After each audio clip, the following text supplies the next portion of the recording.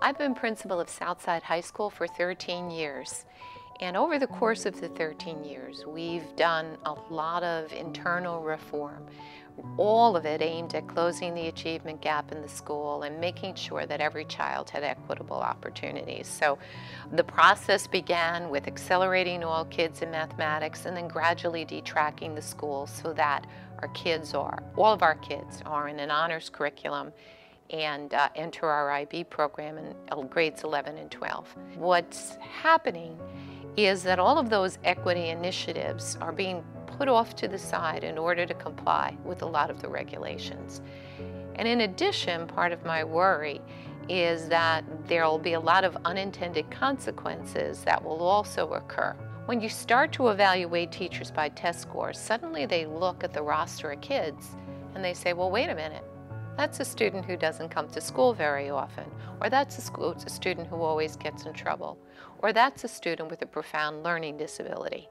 That's going to affect my performance as a teacher. I'm not so sure I want that child in my class. And my biggest worry, we're starting to see it right already, is that you're going to start to see a real resurgence of tracking. We're seeing it now in the elementary levels, where they're dividing kids up because they're, based on their test scores and giving them different curriculum. And what will happen over time is that rather than closing the gap, it's going to actually cause the gap to expand. And once again, we're going to see classrooms in integrated schools like mine that start to look different based on socioeconomics and based on race. We became active when the state started talking about changes in graduation requirements and putting great emphasis on kids' scores in algebra and in English. And for us, we thought it was bunk. What really matters to prepare kids for college and to get them to graduate is the enriched curriculum that they receive. Then, as we're in the midst of fighting that in the spring, behind the scenes, APPR was happening. So when we started to take a look at that and the whole idea of evaluating teachers by test scores, we became very angry. Commissioner King was coming to Long Island for a Long Island ASCD conference, and I sent out an email to all of my colleagues essentially saying we have to protest this in some way, to write a letter expressing our very serious concerns about the evaluation system called APPR. So Sean Feeney, the principal of the Wheatley School, and I drafted the letter. We asked colleagues to come for input. We were amazed. I mean, we asked them the night before. We went to a school and the room was full with high school principals from across the county. And they were all angry. None of them believed in the system. So we finalized the letter. We got some input from some scholars, so we made sure we had good research.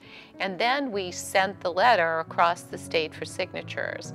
And we were amazed. I mean, it literally snowballed. There's probably, I think now we're up to about 91% of the Long Island principals have signed the letter. Overall, it's over 1/3 of the principals in New York State. The low participation rates in the letter tend to be in the big cities, and a lot of it is because, and we know it, people who were courageous and signed the letter were called in to central offices and told to take their signature off the letter. I don't know how anyone can believe a teacher evaluation system can work when the people who do the evaluations don't support it. It's untenable. The idea of using test scores as the driver is wrong because it's just not supported by research. We know that a teacher could have a high score based on test scores one year, the very next year have a score that's terribly different. It's the same teacher. There's just too many vagrancies in the model. Oh, the morale of teachers is definitely down. There was just a Phi Delta Kappan poll, and we saw a big drop from just last year to this year.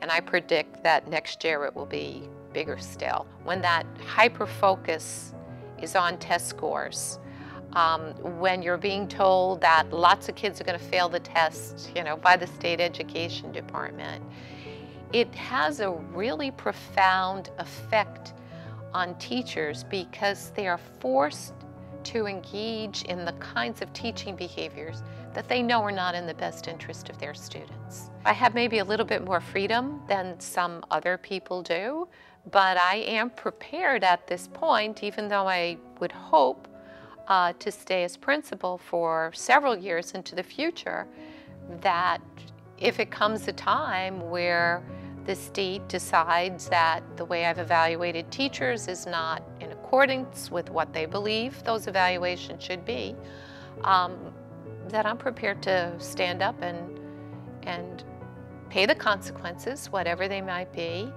And there's a sense of fear, but there's also a sense of freedom that goes along with that. I love public education far too much, and I love my school far too much to just stand by and watch it be destroyed by bad policies. That's something I can't do. Reclaim the conversation in education. We can do this. We can.